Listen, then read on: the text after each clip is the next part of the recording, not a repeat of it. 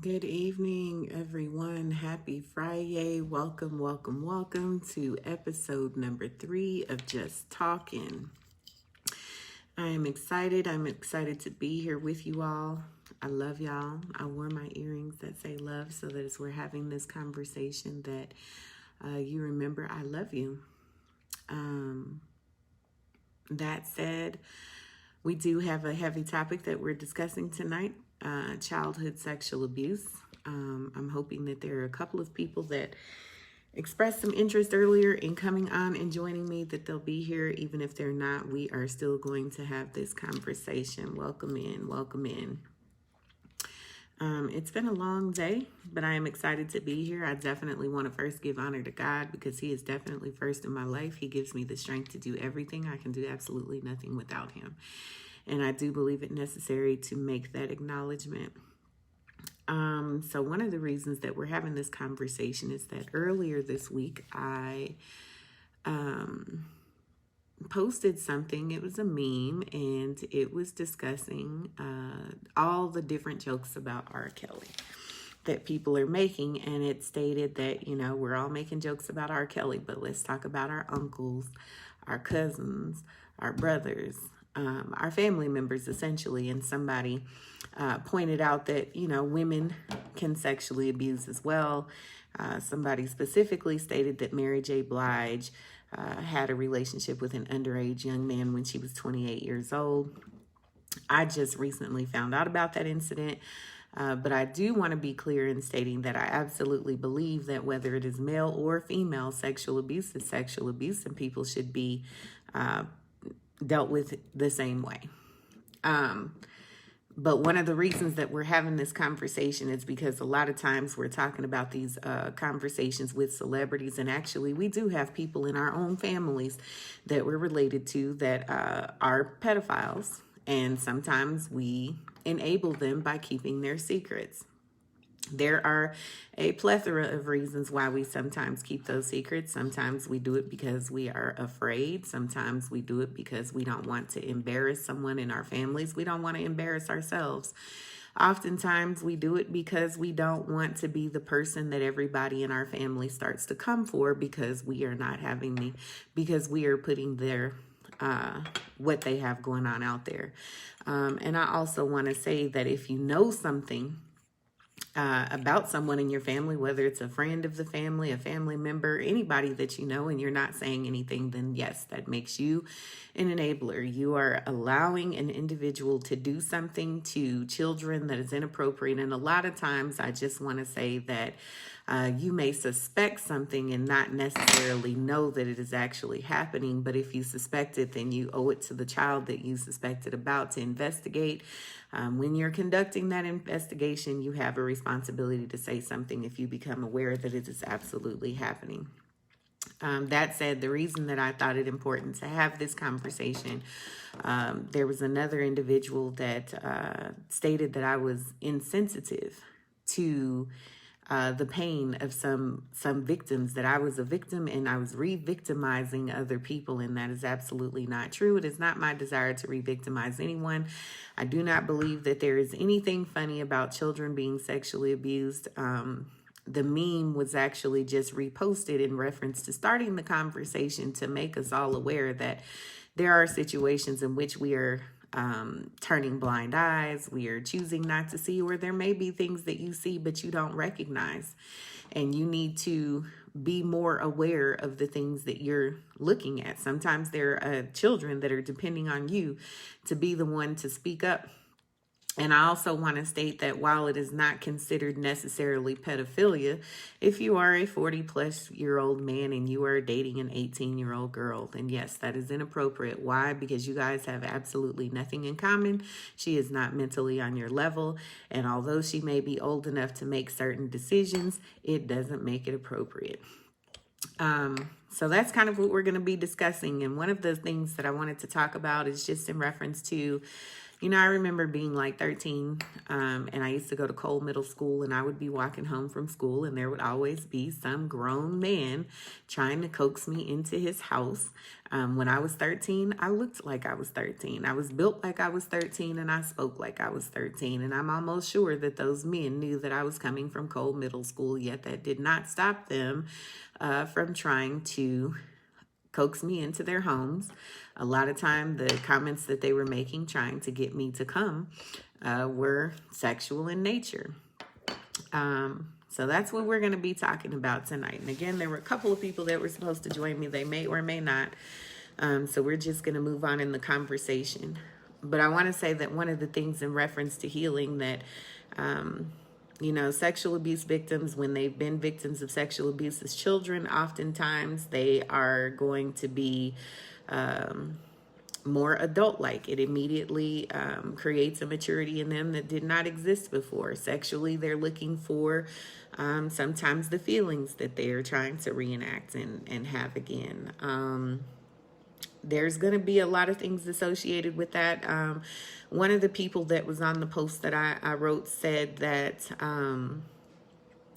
when there are older men, so a lot of times you have relationships where girls are like 14, 15, the men that they're trying to date are in their 20s and above, and he referred to them as little hood rats. And so I wanted to make it plain that oftentimes men and women who are sexually abused as children, because of that, they tend to chase older people in reference to dating. It's not because they're mature mentally in that sense. It's because based on their trauma, they are now looking for older people.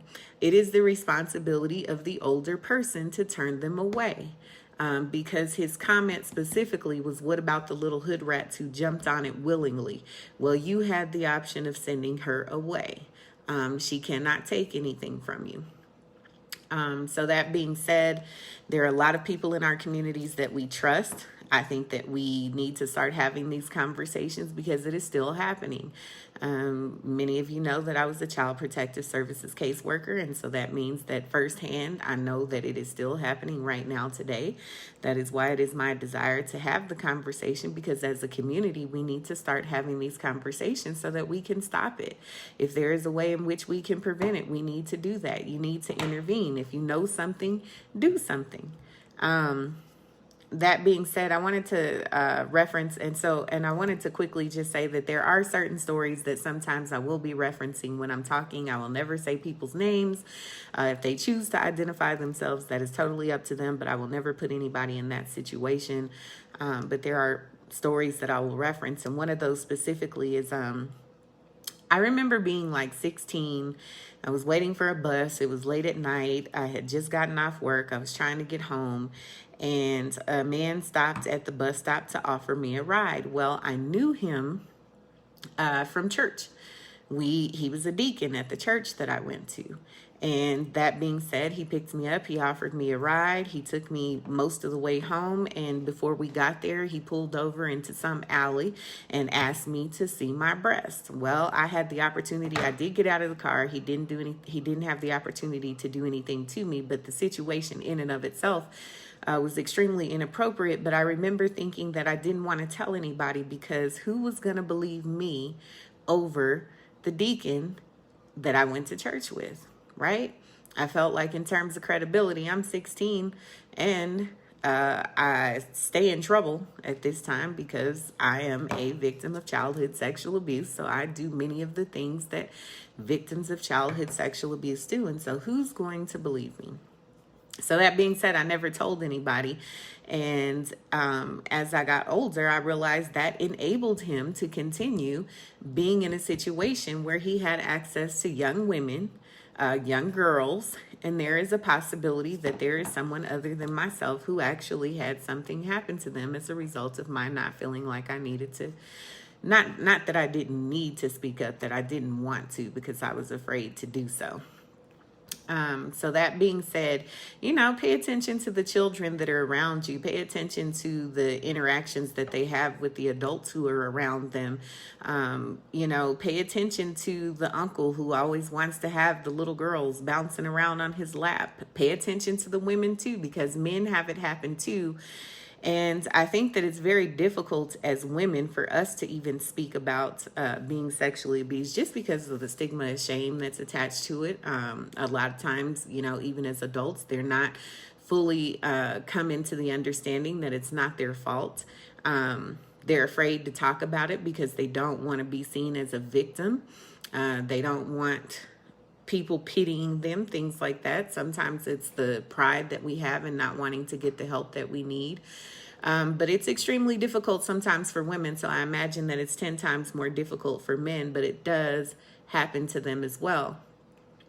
So that being said, one of the things that I want to address is that, first of all, if you are a man and you've been sexually abused, and especially if you've been sexually abused by another man, because I've had many conversations with men who have been sexually abused by other men, and oftentimes that creates confusion in reference to their sexuality. Why? Because their bodies physically responded to something in a way that normally is for when we are experiencing pleasure. People, you do have to understand that your bodies will respond physically sometimes to situations and stimulation, whether or not you like it or mentally is not the issue. It's that your body is physically designed to respond to certain things, and it's something that it can't be helped. It doesn't necessarily make you a homosexual because you were abused by a man and you had some sort of ejaculation. That being said, I encourage you to get help. Get help from, there are a plethora of resources that you can find on the internet. There are pastors that are counselors. There are therapists that you can seek out, but you do need to get that help because a lot of times that weighing on their spirit is what causes them to be doing drugs, in and out of jail, abusive to women, abusive to other men, having down low relationships with other men, putting their themselves and their wives or their girlfriends in jeopardy because they're having these relationships.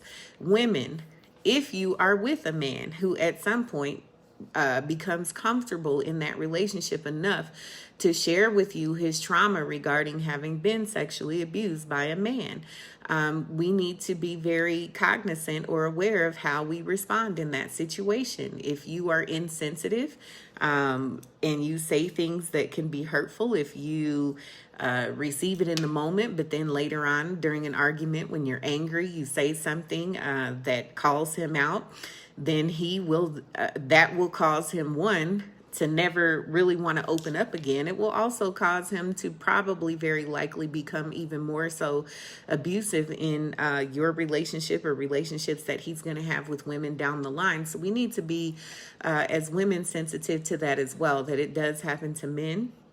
It is very difficult for them to discuss. If you suspect it, I encourage you to look up resources or find people that you trust. Again, if there's like a pastor or some sort of community member or anything like that, there's a plethora of resources, but look those things up. The internet has all kinds of information. If you need help understanding as a woman how you can respond in that situation to a man, if he opens up to you. If you suspect that he's got those issues, right? Because one of the things is that sometimes in a relationship, sexually, there might be things that man is into or wants you to do to him, or he wants to do to you, that may cause you to wonder if there are some things that he may have experienced at some point in his life. If you have that suspicion, I wouldn't recommend that if you don't have a certain level of expertise, you try to breach the topic, but maybe get some help before you decide to do that. But there are a lot of issues that people experience in relationships because men have been sexually abused as well. That said, I have a friend who at some point he's going to actually come on because it's a topic that we'll be talking about later on down the line. But he was 16 years old when an older woman had sex with him. And of course, at 16 years old, of course, he was excited. You know, there's an older woman, she's interested in him, and she's well into her 20s. Well, she, as a result of that sexual relationship, got pregnant. Okay. And he felt like no one looked at that the same way that we view men when they are pursuing women who are too young for them. Having this child, now he's 16. He's not a good father because he's 16. He doesn't, necessarily have any sort of real job. He's not really capable of being a good father. It was as he got older and that child got older, he was looked at as a deadbeat dad. But that being said, nobody was addressing the fact that this woman who was having sex with him was too old to be doing so. And women mature faster than men on a regular day. So if a man is 16 and a woman is well into her 20s, then she absolutely knows that he may not be on the same level mentally as she is, but nobody oftentimes looks at that situation as if it's inappropriate. They look at it a lot of times. Other boys will glorify the situation because, man, he's having sex with an older woman, right? A lot of times they have men in their own family who are, hyping them up. Man, she's older, she's a bad chick.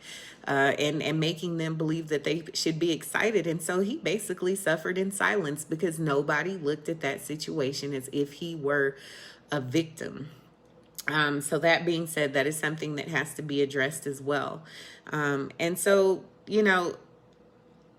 I wanted to talk about all of those things because, again, there are, we're talking about R. Kelly. Now we're talking about Mary J. Blige and all of these celebrity peoples. But right here in our own community, y'all, there are still people that somebody somewhere, y'all know that they are inappropriate, and it is time to speak up. It's time to speak up because at the end of the day, there is somebody somewhere that is still suffering as a result of what that person has going on. My process of healing, because I was a sexually abused child, and I really, the person who sexually touched me, okay, I don't like to say abused in this case because the person touching me was also a child. I was 8, she was 12. She was reenacting behavior that someone else who was an adult had done to her. So I don't really like to, in that situation, refer to it as abuse because she was also a child. So technically we had 2 children in a situation where they needed help. But that being said, I was sexually abused by a girl, and even, I'm 42 years old. That happened to me when I was 8. In most places, I'm happy, whole, and healed, but there are certain things that are still triggers for me. There are still certain things that I have to evaluate in reference to my behavior towards other people. I think that when you've been a sexually abused child, sometimes you tend to be overly suspicious, but I'd rather be overly suspicious than not concerned at all. And it is a process, right? So one of the things that you have to do in order to start healing is you have to release the shame in order to start addressing the pain.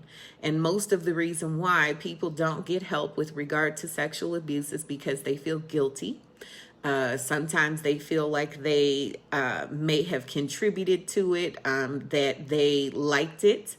Right? Because a lot of times children as sexual abuse victims, because somebody has made their little body parts feel good, they are seeking to continue feeling that way, and oftentimes find themselves in situations where they're either reenacting that behavior, they're masturbating excessively, things like that. So at some point they begin to receive that it was their fault. So I am here to tell you that whether you are a victim or somebody who is a victim, that it is not your fault.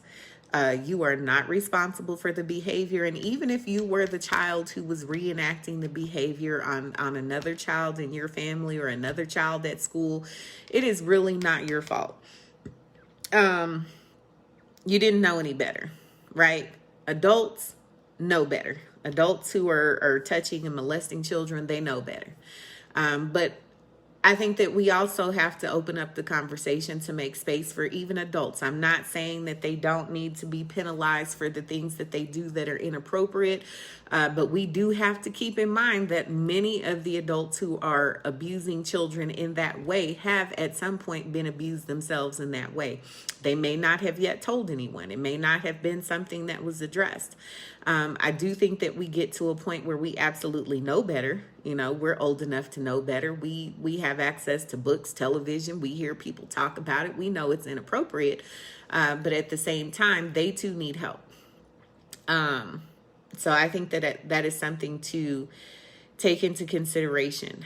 I think that, you know, earlier this year, before I decided to start going live and talking about all of this trauma and healing, I was able to have a conversation with my cousin that touched me when I was a child. And, you know, I was really excited to have that conversation. I don't know if excited was the right word to use, y'all, but for lack of a better word, I was excited to have that conversation because I wanted her to know that I didn't hold her responsible. Okay, because I was 8, she was 12. We hadn't seen each other in over 30 years. But it was important for me, it was important to me for her to know that I didn't hold her responsible. I didn't have any anger towards her. I didn't hate her. I wanted her to know that I loved her, that I hoped that she had gotten the help that she needed. And that was a conversation that not only was it good for me, but it was a good release for her. And I want to say that to some of you who may be watching this, that if you are the victim of another child in your family who may have touched you inappropriately and done things to you that were inappropriate, that, you know, if there is an avenue by which you guys can open up that conversation, have that conversation. If you need a third party to mediate that conversation for you, if you need to go to therapy to do it, if there's someone that you trust, however that looks for you, do that, because sometimes people are also walking around here with the grief of knowing that they did that to someone else and knowing how it made them feel. One of the reasons that I come on here every Friday, and let me tell y'all, this week was a long week. Sister is tired, but one of the reasons that I show up here every Friday is because I am very passionate about suicide prevention. But I also happen to know that a lot of the people that are walking around here thinking about suicide are either the victim of something, or they may, in addition to being the victim of something, be somebody who inflicted that behavior on someone else. There's a lot of times, you know, sexual abuse as a child can be the reason that a man is domestically violent. You know, there are typically reasons behind the things that we do. And I think that sometimes we have to, I'm not telling you that you have to stay in a relationship with someone who may be hurting you because they are still suffering from unhealed trauma. But I am saying that you have to take it into consideration. It's something that even as we are in the process of dating, right? We don't want to meet somebody and tell them all our stuff up front, because a lot of times you could be talking to a narcissist who's just taking notes on how they're going to manipulate you. So you have to be careful about who you tell and what, right? And even myself, as I do these lives, I'm putting my whole life on display. And believe me, there are like situations in which people are trying to use that to see how they can manipulate me. But I pray a covering of protection on myself daily, and I make sure that I stay in tune and have conversations with God so I know who to be careful around. But that being said, even as you're dating a person, when you guys get to a certain point, it's necessary to talk about you know, if they've had any sort of traumas in their life. It doesn't have to be limited to sexual abuse. It doesn't have to be limited to physical abuse. You know, people have been verbally abused.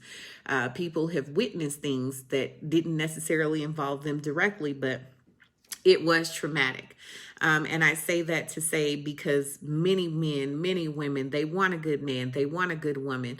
But sometimes when that good man or that good woman comes, they don't know how to navigate that relationship because they're only functioning from a place of their trauma.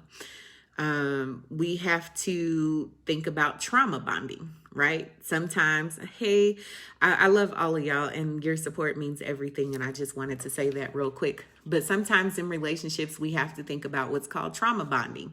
Sometimes the person that you think that you are in love with is really just a bond based on your trauma. Now, trauma bonding is also... a lot of people will refer to trauma bonding in reference to, like, say, for instance, you're in a relationship. A person may be verbally abusive, but then they love bomb you, which means that, they shower all of this love on you. They're constantly giving you compliments. They're doing everything to make you feel good. And then they drop the boom and then, there it is. They're verbally abusive or they're hitting you. So it's this back and forth. But trauma bonding can also be bonding to a person based on your and their trauma, right? You've experienced trauma. They've experienced trauma. You guys are swapping stories. You're talking about it. And you're bonding to that person based on the things that you've experienced, right? Because most of us are natural empaths. We are empathetic to other people, and we sometimes bond with them because of that, right? Because we think that, oh, you deserve better. You should have been treated better. Nobody loved you. Me, myself, as a child, I didn't always feel the love that I needed to feel.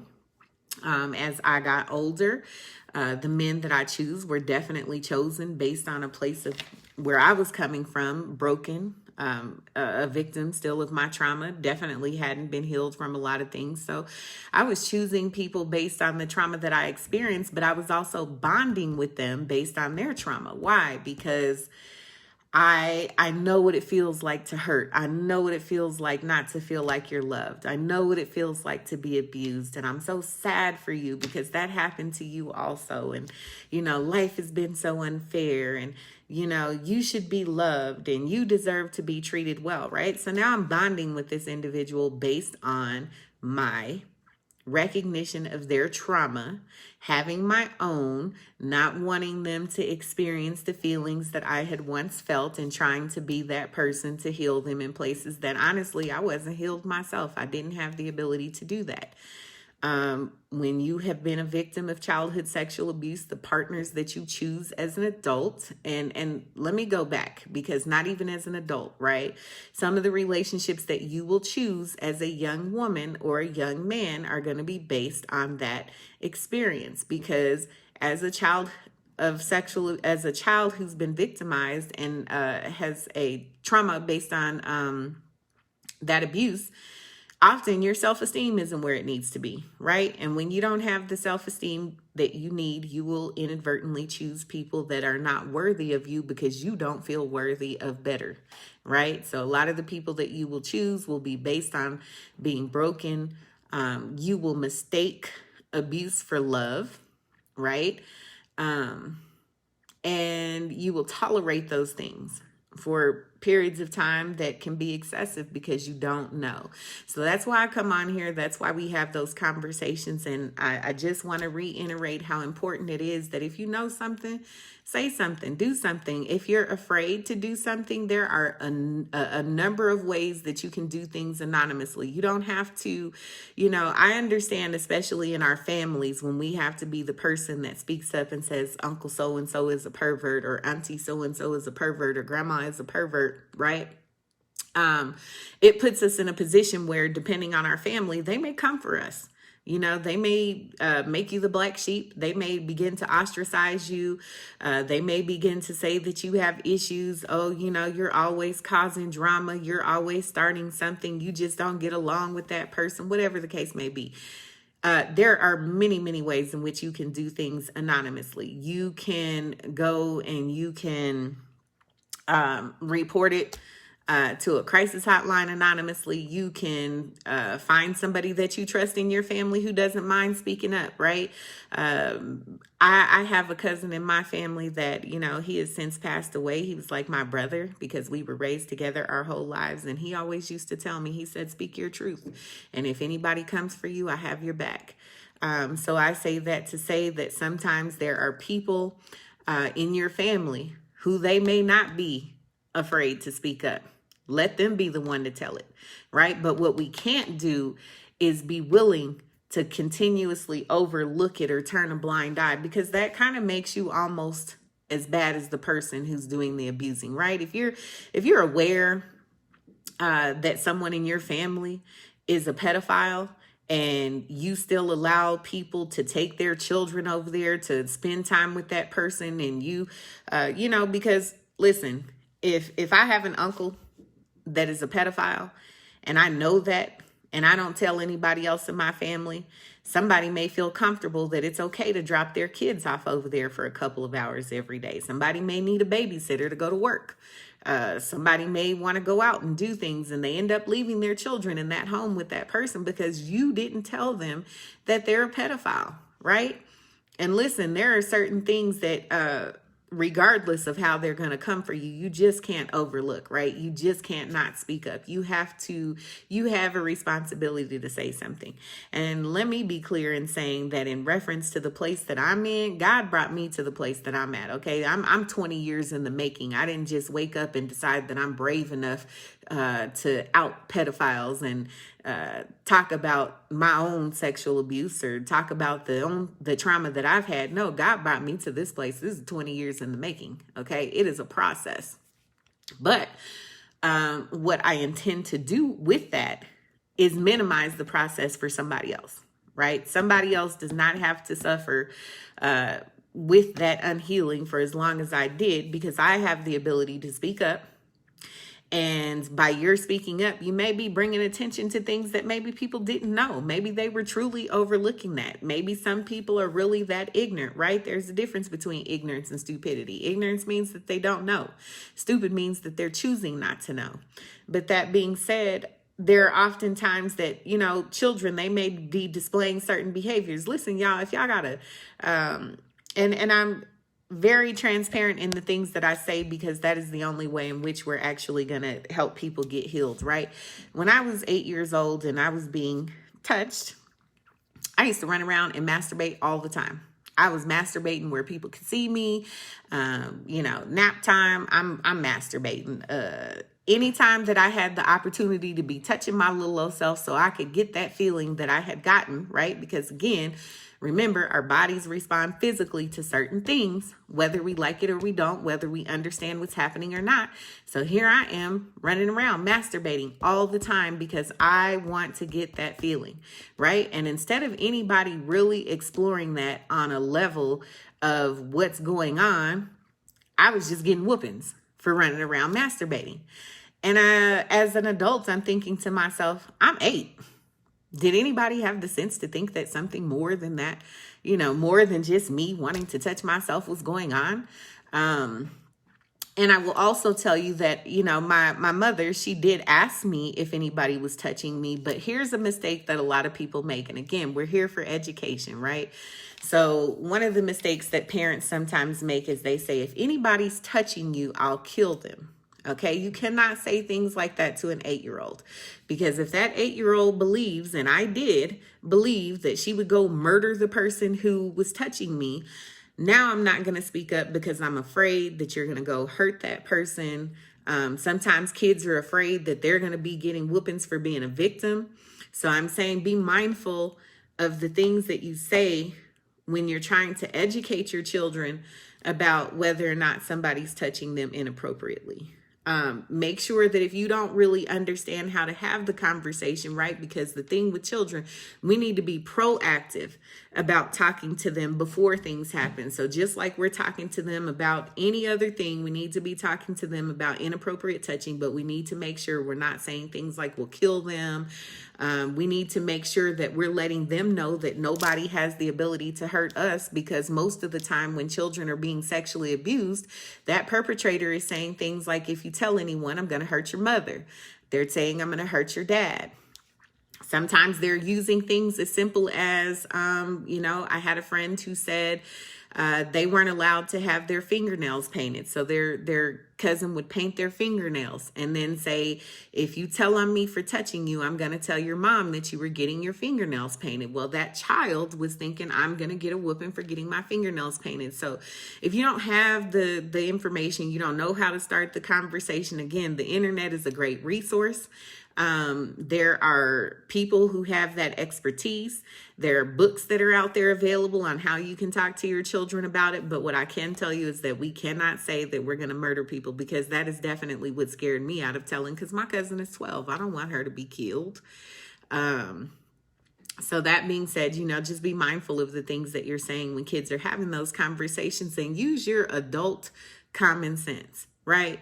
If you got an 8-year-old running around masturbating on a regular basis, you need to be thinking in your mind that probably something more is going on than just them being inappropriate with themselves.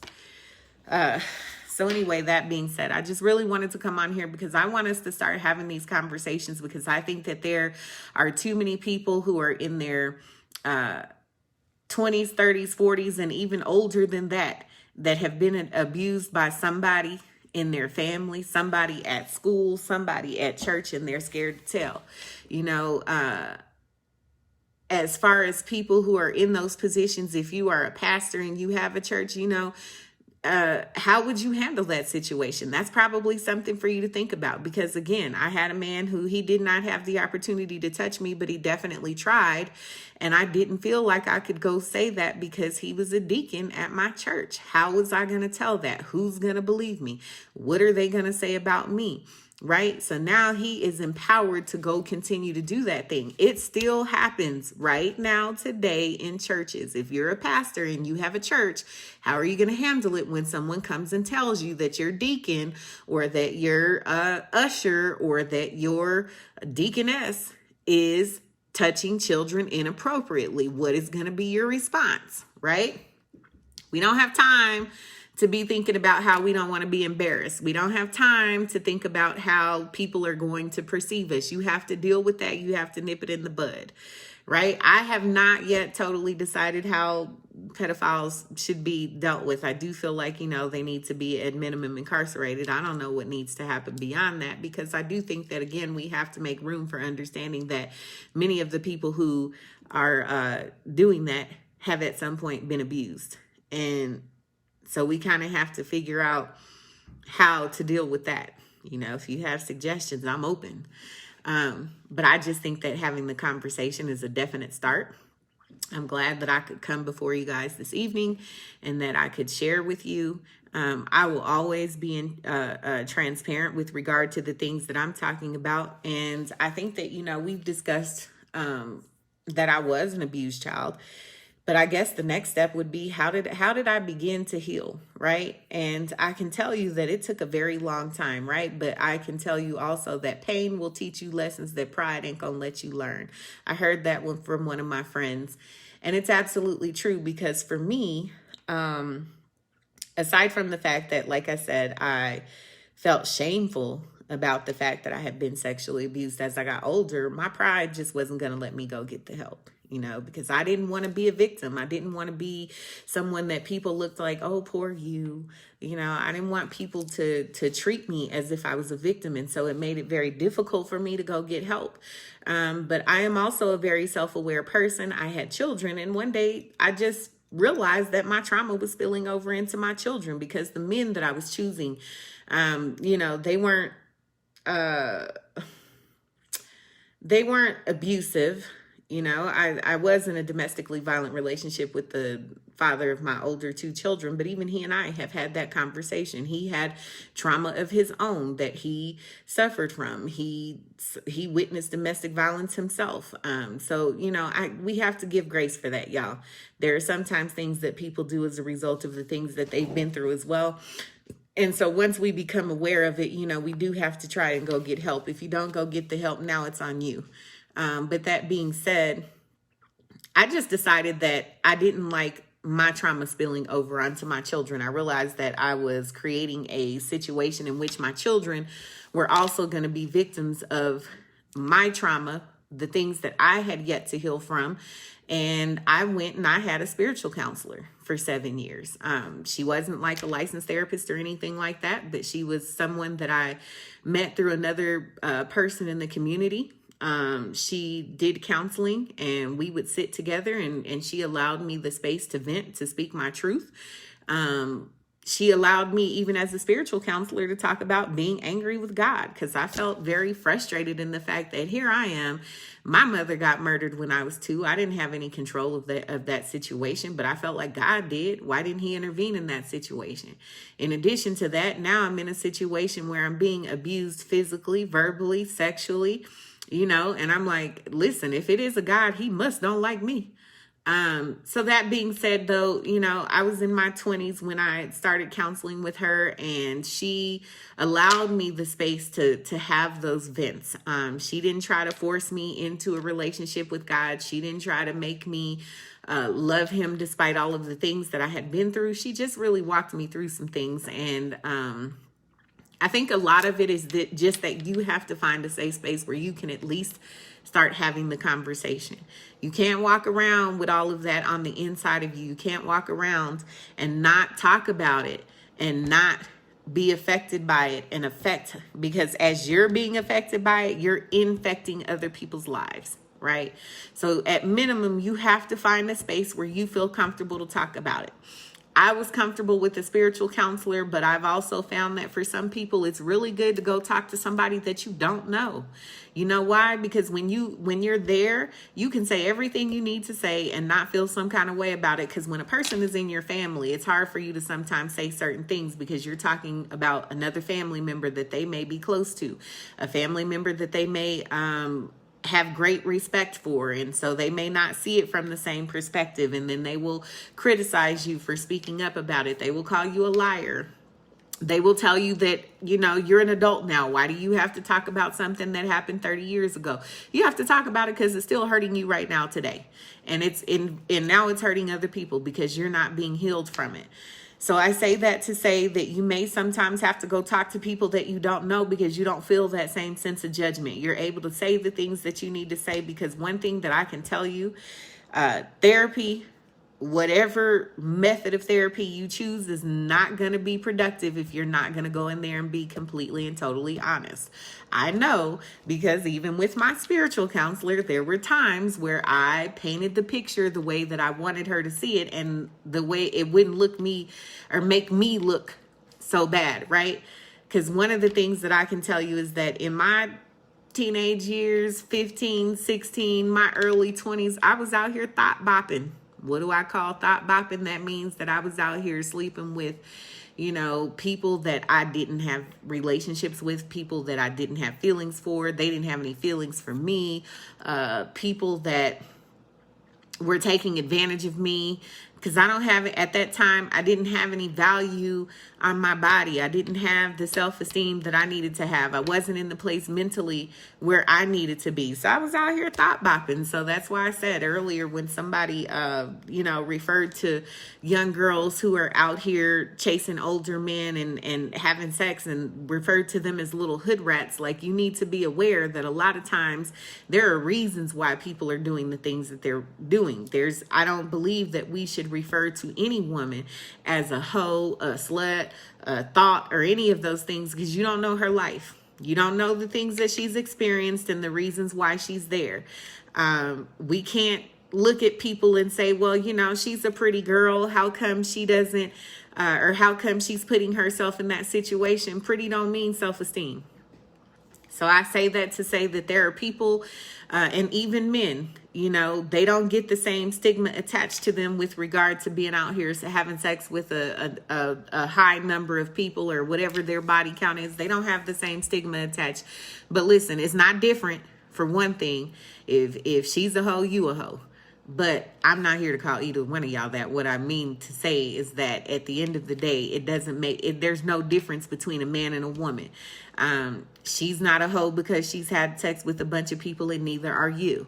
But at the same time, we may have people who are in situations who all need healing. They all need to talk about it. We need to talk about we need to give people a space to figure out their sexuality. We need to make it, because for a period of time, a man may think that he is homosexual. She might think that she's a lesbian. They out here experimenting in situations, not because they don't know any better, but because they really think that, well, I was sexually abused by a man and I had an ejaculation. Maybe I'm a homosexual. Maybe you're not. Maybe it's just that you're confused and you need to get that help. So I encourage everybody to seek it out and start speaking up. Y'all can't be out here trying to, in these streets talking about R. Kelly and Mary J. Blige, and y'all cool with y'all's uncle that y'all know is a pedophile, right? And ain't saying nothing. And I'm going to be honest with you, it happened in my family. I'm not saying that they didn't know, but I'm not saying that they did not know, if that makes sense. But I'm saying that to say that somebody has to have the courage to speak up. And honestly, even as I'm here, do I think that there's a possibility that somebody in my family might be super pissed because I'm talking about it? Absolutely. I just don't have time to care. Why? Because there are children out here cutting. There are children out here committing suicide. There are children out here shooting themselves. There are adults out here hurting themselves. There are adults that are hurting other people's children because nobody wants to have the conversation. So I don't really have, I don't have time to think about how the people who may have contributed to my story in one way or another are feeling about it. But what I will tell you is that I'm not here to come for anybody, though. I'm not here to come for anybody. I'm not here to make anybody feel a certain kind of way. I'm not here to make people feel bad. I'm not here to be angry and hold anybody responsible. I'm here to educate. I'm here to start a conversation because we don't want for these babies to keep hurting themselves. We don't want for people to keep overlooking things. We don't want to put them in that situation because we're afraid to speak up. If you go to church and you know that there's a person, I don't care what position they hold in that church, just like the person that I knew that he was inappropriate, I should have told someone, but I didn't think that they would believe me. And I encourage you that if you are a pastor, if you are a first lady, you need to be thinking about what is your plan if somebody comes to you with that information, because you have to make that a safe space. People cannot feel like because this is a deacon or because this is the choir director and I feel like I'm a nobody that I can't speak up. And then when they do, you need to deal with that situation expeditiously. Don't, proactively be thinking about your plan because it can happen. So don't be sitting around and allowing it to happen. And then when I'm not saying allowing it to happen, but don't sit around and it's happening in your environment. And when somebody brings it to your attention, you don't know what it is that you're going to do or how you're going to respond to that situation. Like, it's real out here in these streets. Some of these people are hurting themselves and other people because they are walking around with the knowledge of that pain. Some people, you have had people in your family come to you and tell you that Uncle so-and-so or that Auntie so-and-so was doing something inappropriate, and you hushed them. You told them not to tell anybody else. You told them not to talk about it. Y'all still acting like he's cool. It's not okay. And you are becoming an enabler, and you are equally responsible as the person who is doing the touching. It is not okay. And listen, I'm telling y'all, I'm telling on everybody. I don't care who uncle it is. I don't care whose pastor it is. I don't care whose kids they are. I'm telling on everybody. Ain't gonna be no family secrets out here anymore. And I tell you that to say that, again, I'm 20 years in the making, okay? Because God told me 20 years ago what he wanted me to do, and I was like, I ain't doing it. And I can tell you, I didn't want to talk about my sexual abuse. I might sound, it might flow easy today, and I have the ability to talk about it, but it wasn't always that, right? It took a long time for me to get here. Now that we here, though, I'm not keeping no secrets. I ain't overlooking nothing. I don't care who it is. I ain't scared of nobody. And I say that to say because we as the adults, we have a responsibility to protect the babies. And it is unfortunate that we are still in a situation where this is constantly happening because we're afraid to speak up for whatever the reasons are. So I'm telling you now, be brave, be bold. God got you. If he brings you to it, he gonna bring you through it. So if he gives you the responsibility of being the person that has to speak up about it, he's gonna take care of you. But you have to do something. And if you have to, do it anonymously. Call the police. You don't have to give your name. You don't have to provide information. Call Child Protective Services. You don't have to provide your information, but you have a responsibility to speak up. Some child is somewhere depending on you. Some child is hoping that you say something, and some of y'all know something, and it's not okay.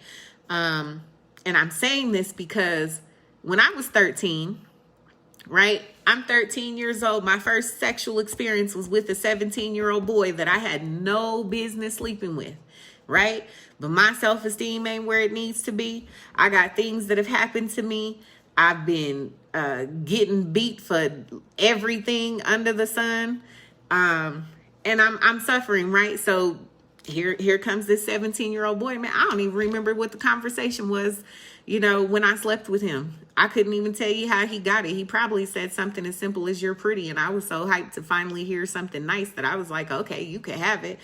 But I say that to say, after the fact, me and my friend are walking around trying to figure out how I can walk, right? Because my little 13-year-old body and this dang near grown man, I'm walking like I just got penetrated, and I'm walking funny. So me and my friend are trying to figure out, we gotta figure out how we can get me together before I go home, so my mom doesn't know that I've been having sex, because she finna kill me, right? Because she done beat me bloody for less. But that being said, I was suffering, from, now I've had sex with this person. He ain't really doing nothing to show me that he liked me, y'all. When I tell you that it was like literally this boy probably complimented me and I just came up off my stuff. Now I'm feeling some kind of way. I'm tired of being beaten for stupid stuff. I'm tired of getting hit with extension cords. I'm tired of getting hit with switches. You know what I did? I took a whole bunch of Tylenol. I said, I'm just tired of life. I want to die. I'm tired of being here. Life ain't good. I hate it here. Right? I was that depressed that I took a bunch of Tylenol out. Now, God gave me sense.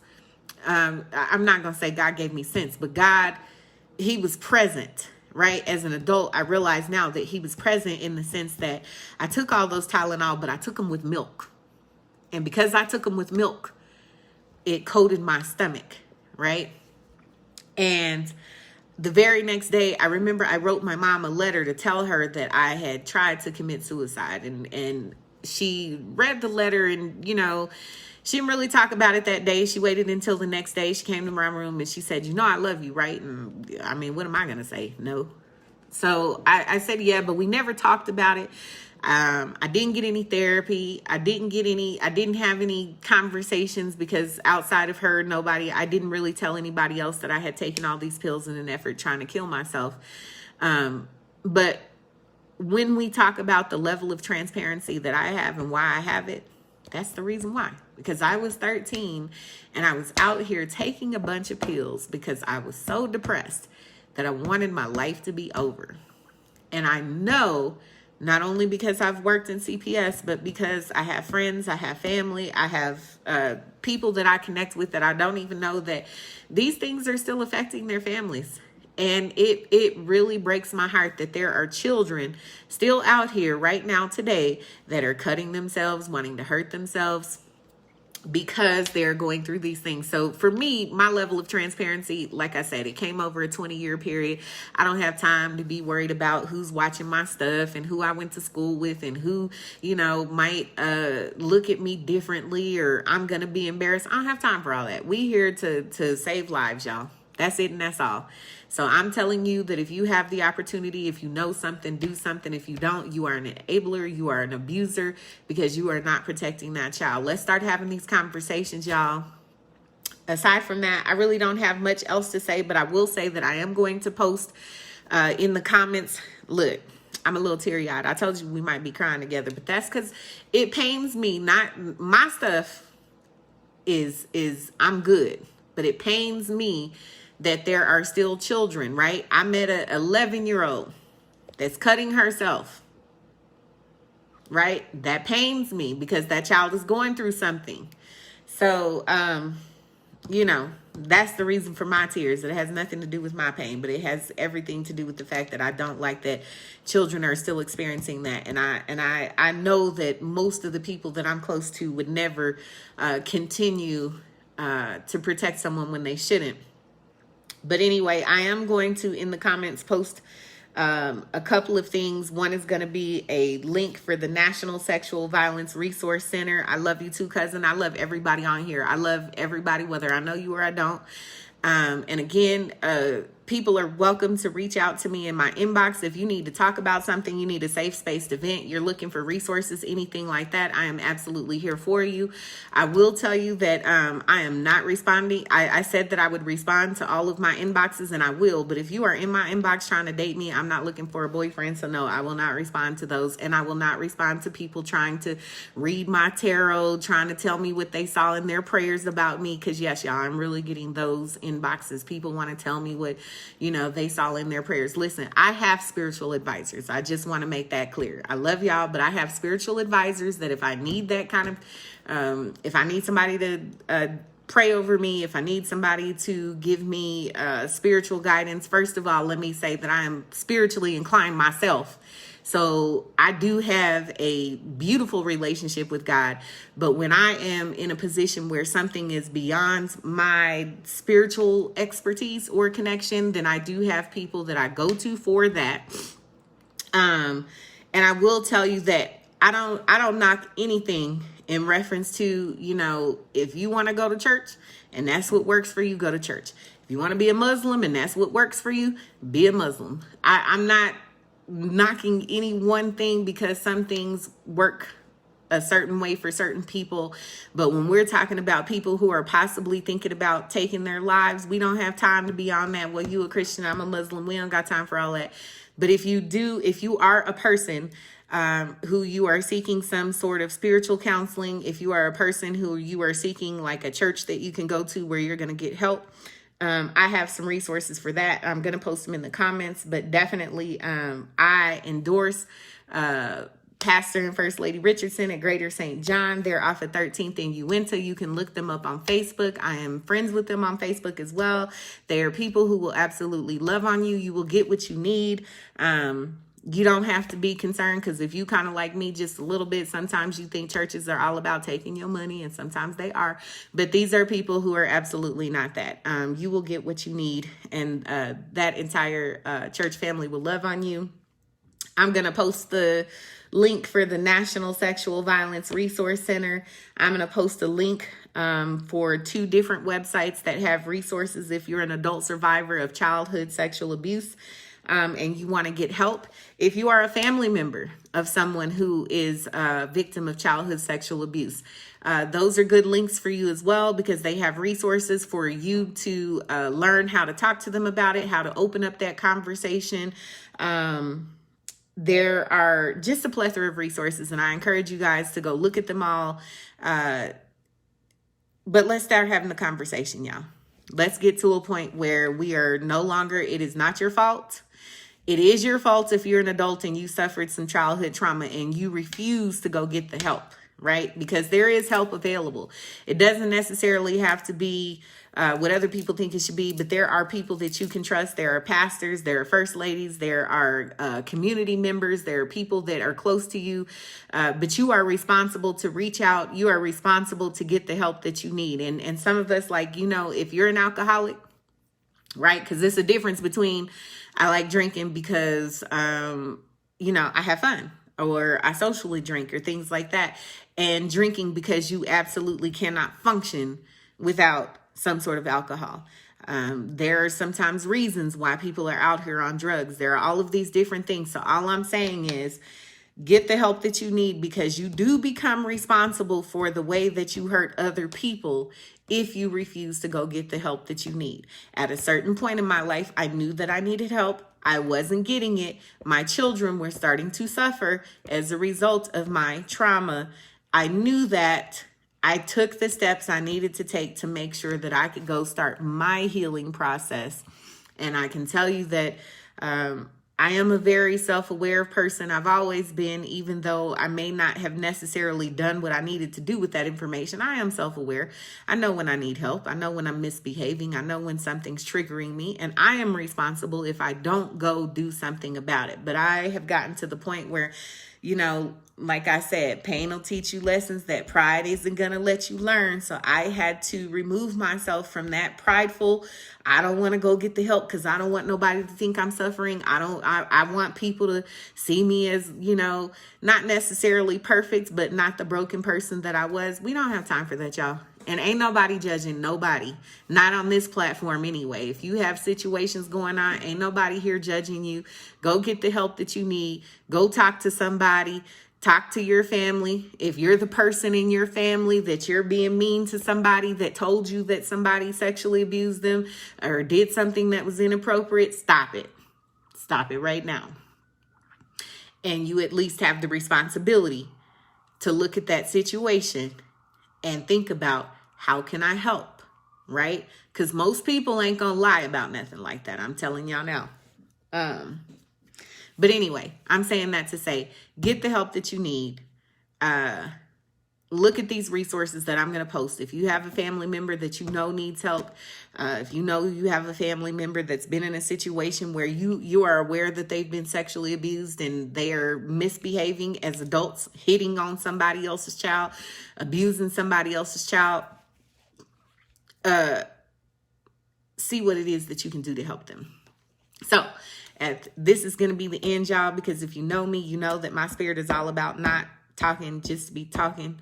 I do talk a lot, but I try to make sure that the things that I say are productive. I pray and I meditate before I come on here before you guys, because I really want to say only the things that God would have me to say, nothing more, nothing less.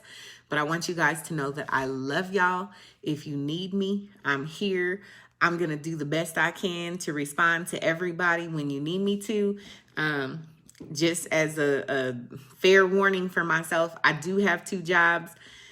So it may take some time sometimes, but if it's an urgent situation, blow me up. But don't be blowing me up trying to date me or read my tarot, because I don't want none of that. And I have gotten a plethora of that. Stop it, y'all. I don't need all that. I love y'all, though.